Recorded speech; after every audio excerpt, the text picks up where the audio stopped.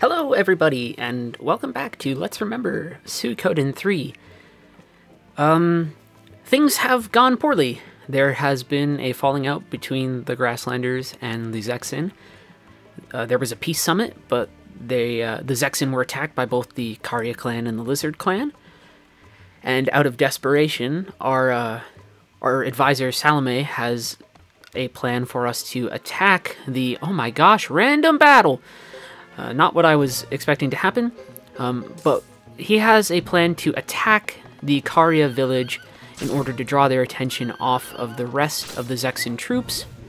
And so now we sort of see, as I mentioned in the last segment, where the impetus and possibly even the need to attack the Karaya clan has arisen from. But we're going to see that the incident is not quite what we would imagine, which is already something that we've sort of understood because of what's occurred in Ghetto's chapter. The complexity, or the sort of complexity behind the Karaya incident is something that I enjoy about this game, and I've sort of alluded to before, because in Hugo's chapter, it plays into the trope of destroyed hometown that happens in JRPGs. But here we see that it is provoked by military, possibly, like I say, necessity. And we have greater context for what's occurring. It's not just, an evil army coming in to destroy your hometown. It's that they're doing this out of desperation in order to save the lives of fellow soldiers. And Salome makes it very clear here: set the village on fire, but do not harm the villagers. Our objective is to upset the Karayan troops. It's a very clear order, right? Burn down what exists, but don't attack the villagers. But we know that what happens within the Karaya incident, or Karaya incident, is not what it should be. But Chris stands back as a leader and says, we can depend on Boris and his men completing the rear attack. It's sort of this pincer movement. And so we have to be careful, we want to be on guard. It's just Chris. I can move around if I want, but there's no real point to that. I will open the menu and see if there's any medicine that I can use just to be safe. I don't remember a little bit if there are battles here. I think there are some. I can't really march my horse here, which is an interesting ludic thing, because we get to see that there are dead bodies as we bound the corner. Right? I don't have pretty refined control because I'm stuck using the D-pad. But we see that things are not what they should be. And there are reasons for that. We know that the events are being manipulated, we just don't understand how. But the attack has not gone as Salome ordered, or as Chris would expect. Right?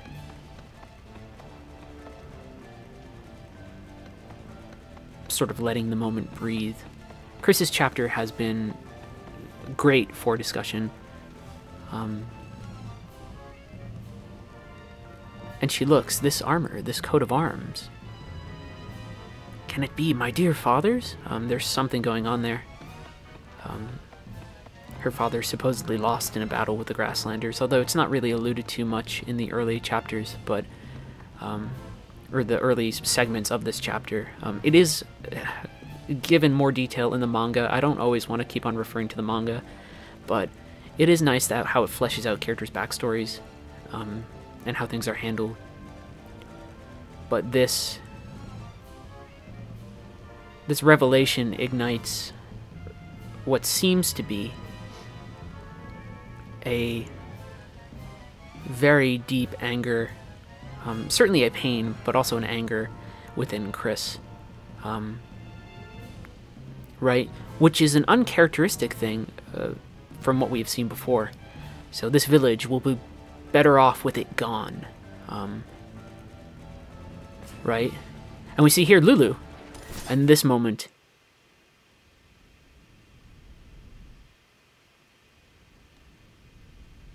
is a major moment for the story, the initial parts of the story. Lulu charges, and Chris, in her haste and anger, she kills a child. One that was admittedly running to kill her, for whatever that is worth in the equation. I don't think it's worth much, but she swings her sword and kills a child. And this is, Hugo sees this from his perspective, and we'll see it. There's no greater context. He comes home, his village is destroyed, and the leader of the Zexin Knights kills his friend. Just kills his friend. And the lack of communication and sort of the foul play that is going on behind the Karaya incident is something that leads to this moment, or at least as this moment exists, is the greatest bit of miscommunication, which sounds like a strange way to put it, but it's like something is wrong. The differences between these people has led to our protagonist that we are controlling killing a child. Right? And Hugo says, I went to Zexin to stop this. There was supposed to be a message that he was sending. We don't know the context yet. We get that from his point of view chapter, but like even Chris doesn't fully understand what's going on. She sort of snaps out of her rage, and she didn't want this. And Hugo just doesn't understand it, right? Chris didn't know who was attacking her. And again, both groups think that the truce was a lie. But there's nothing that she can say right now that would convince Hugo of what's going on. It's already too much.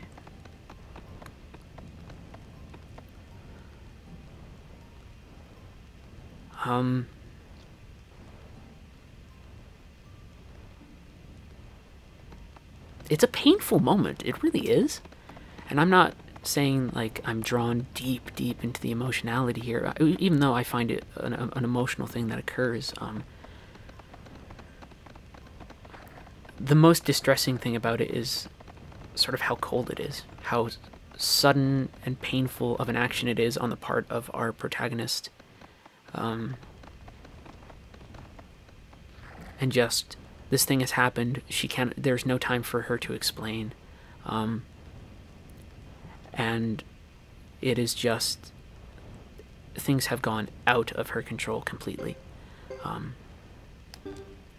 And that, it's incredibly rough. It's incredibly rough to witness. And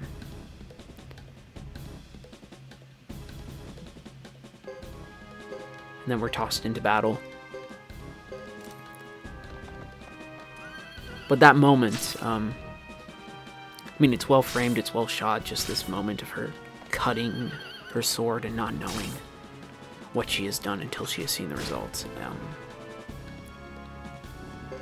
It's painful because of what the action is, but it's also painful because we have seen and played as Chris, and we understand that she is somebody with like really human concerns. If we have played through Hugo's chapter at this point, we possibly have a connection to Lulu.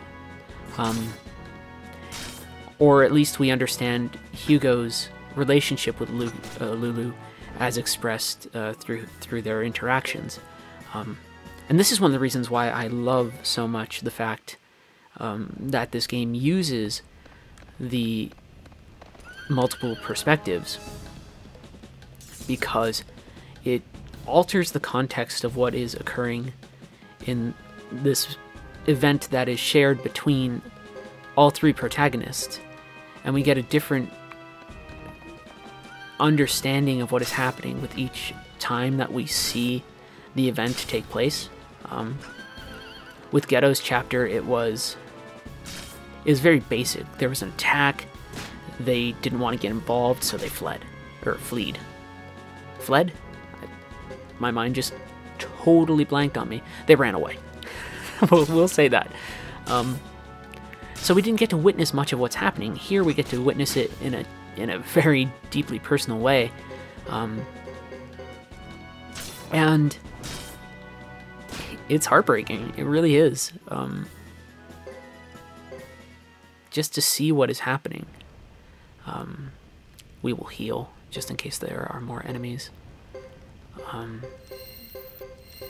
But yeah, I mean, there certainly are other games that use multiple perspectives, at least for the start of the game. Wild Arms 3 is a good example of this. It starts with a train robbery and then sort of shows how each character got to that point. I think this game does it much better, because we get to see a lot of terrible things from different perspectives. Right? Chris and Salome and the others have, with the exception of Lulu, killed soldiers or warriors that were attacking them. Here, we see that there have been a host of non-combatants just cut down. And we have seen in Ghetto's chapter that Boris was attacking in deep rage.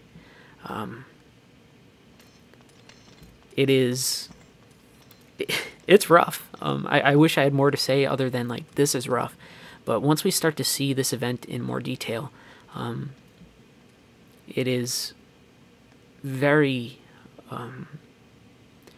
the gravitas of the moment grows as we experience it. And that's why I chose the Ghetto, Chris, Hugo order. We see it a bit detached.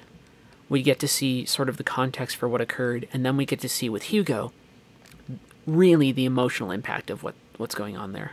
Not to say that there is no emotional impact on the part of on Chris's part or on Boris's part, but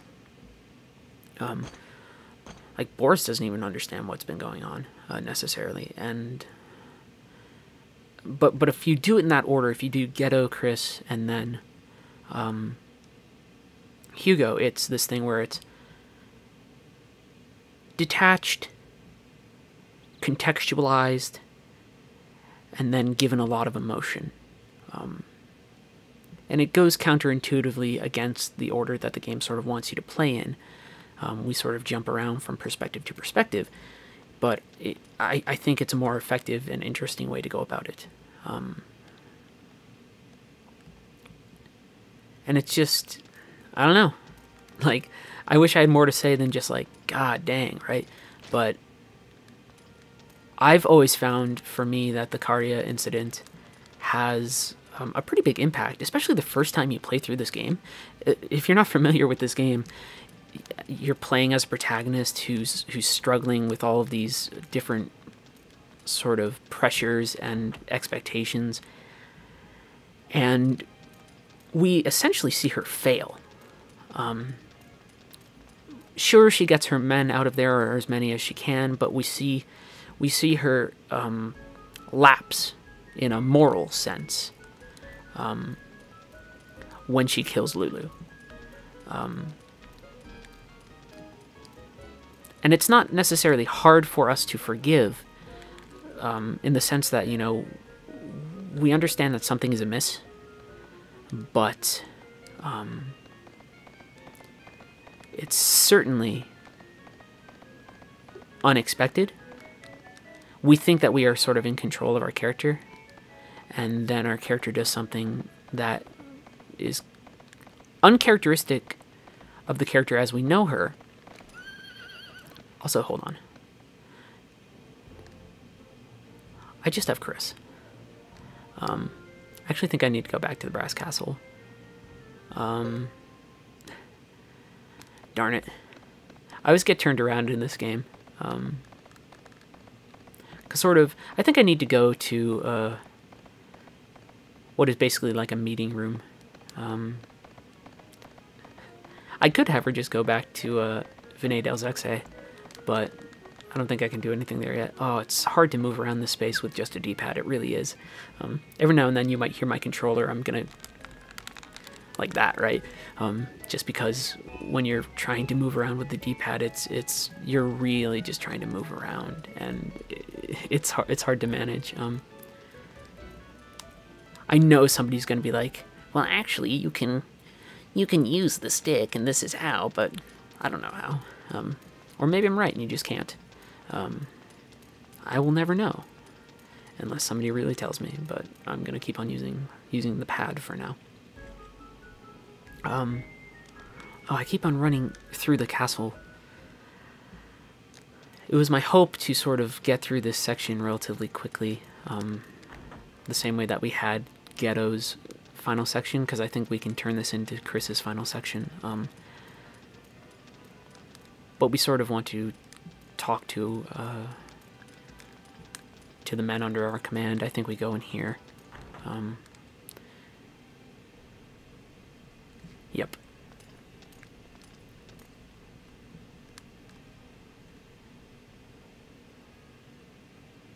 They're talking about, you know, like, it's like, what the hell happened? You had no hand in this massacre? Denies it, you know, vehemently. Salome accepts his word, but we know that things are amiss, and we don't understand what's happening yet, but right, we know that, like, Chris did something terrible, and we saw Boris in Ghetto's chapter, so we know that something is going on again.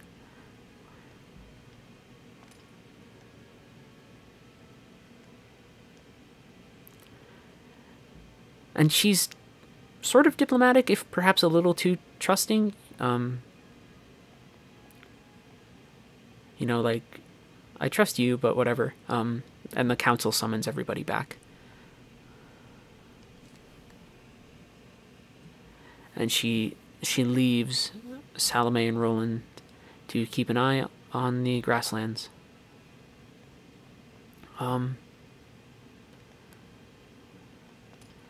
But it's seeing sort of the characters' discomfort with what occurred, the guilt. Not that they're sitting back and saying, you know, oh, woe was I, but there's clear guilt, and we possibly feel it as players, even though, much like the situation, we had no control over it. It's like, I don't have control over Chris. It's not like some game where all of a sudden they decide, okay, press X, and if you fail, Lulu gets you, but if you press X, it's like, you don't know it's a kid, and you hit it, like, some weird, like, some developers, definitely not back in this generation of console games, but some modern developers would possibly be tempted to turn that interaction into something that you have a share of culpability in. But by taking control away from the player, I find that the game not only asserts that Chris is sort of an entity independent of us, she's not just a controllable actor, but she is a character with agency and emotions of her own. And in this sense, they are possibly even emotions that get the best of her. So we should be good to go back to the main gate. I got a little too excited to get back to the capital, and we shall go.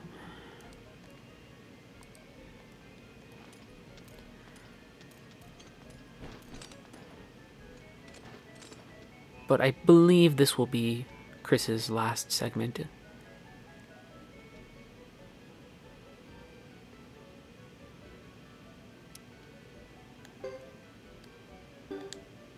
And here we go. We will head back. We can see that she has her doubts, but also concerns for Boris. You know, we can read into that comment a little bit what we will. Gallop, gallop, gallop. It's hard to go left when left is also taking me, like, diagonally down. You'll see it here. I'm moving closer to the wall, and then I'm like, oh crap, gotta move, because I can't really move completely straight. The limitations of some of the hardware coming back to sort of bite me in the rear. This is something that it's okay, but I actually don't necessarily enjoy, is the fact that if there was just like a standard overworld, let me see if I can run. If there was just a standard overworld, I could just make my way to Vinay Delzexe and not have to go back through the forest, which is functionally sort of a dungeon, even though it's very simple. I'll actually fight these little rabbits, because they are dark hares. They are rabbits with axes, and we want to protect people from the rabbits with axes, obviously. And they can use magic, which is insane. But having to move through the forest again, like, it recontextualizes the space. We gain familiarity with spaces that we have to backtrack through and go through very often in games. They start to feel familiar, and that ties us to the game world. But at the same time, it feels like a lot of busy work. And here we run into a character we encountered in Ghetto Story. We run into Rico and Fred. Maximilian Knight. If we rest even for a moment, evil will prevail. The Maximilian Knights, like I said before, very quixotic. Very much living up to this notion of a sort of a romantic notion of knighthood. This wandering knight trying to right wrongs wherever they go. I find it interesting, to be sure. There are different attitudes towards what being a knight might mean. And interestingly, Fred's form of knighthood, while perhaps overly idealistic and romantic, is also something where he is much more free than Chris is. Chris is bound down by the politics of her nation, but Fred, as a Maximilian Knight, can go from place to place. And now he says that he's trying to rid the world of evil, and he says it's a group of 5 men.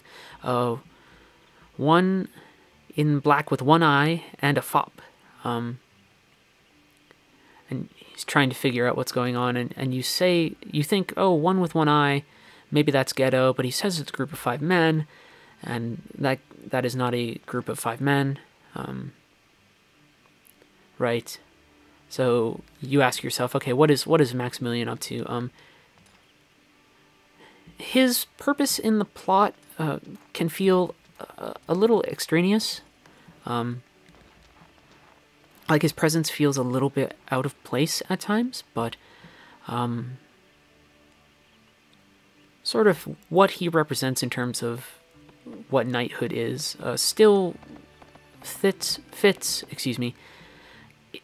in a broad sense, into the equation of some of the questions that we ask while particularly playing as Chris.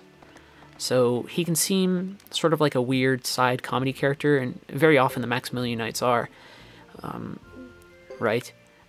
But at the same time, there's some relevance to his presence in the plot. It's not completely without purpose.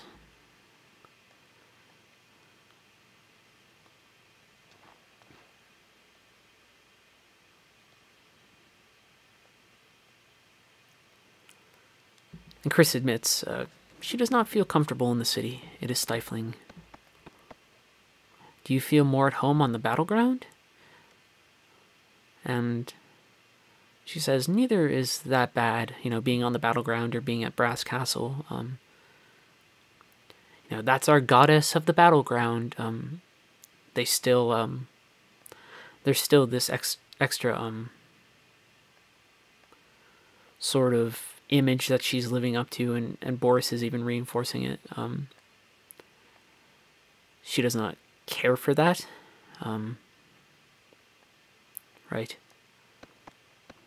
And now she has to bear the burden of what happens because of what is basically a failure to facilitate proper relations between the Grasslanders and Zexen. And so we need to get to the council chambers, but believe it or not, I am actually going to cut the video here, and we will have that be our last segment. It'll be a little bit shorter. So thank you very much for watching. I love you very much. You're awesome. And I hope you have a good day or night or whatever it is. I will see you around. Bye.